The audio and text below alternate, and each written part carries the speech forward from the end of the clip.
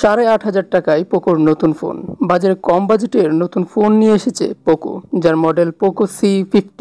সাশ্রয়ী দামের হলেও এই ফোনে রয়েছে দুর্দান্ত ক্যামেরা, এতে গ্রাহকের মাল্টিমিডিয়া এক্সপিরিয়েন্সও হবে দুরন্ত। হ্যালো বন্ধুরা, কেমন আছেন আপনারা সবাই? রবিন আকন্দ 360 চ্যানেল আপনাদের সবাইকে স্বাগত। পোকোর নতুন এই ফোনে রয়েছে মিডিয়াটেক হেলিও A22 প্রসেসর, রয়েছে 6.52 ইঞ্চি HD+ ডিসপ্লে, যার রেজুলেশন 720x1600 পিক্সেল। গুগলের অ্যান্ড্রয়েড 12 Go এডিশনের ফোনে রয়েছে 120 হার্জ টাচ স্যাম্পলিং রেট।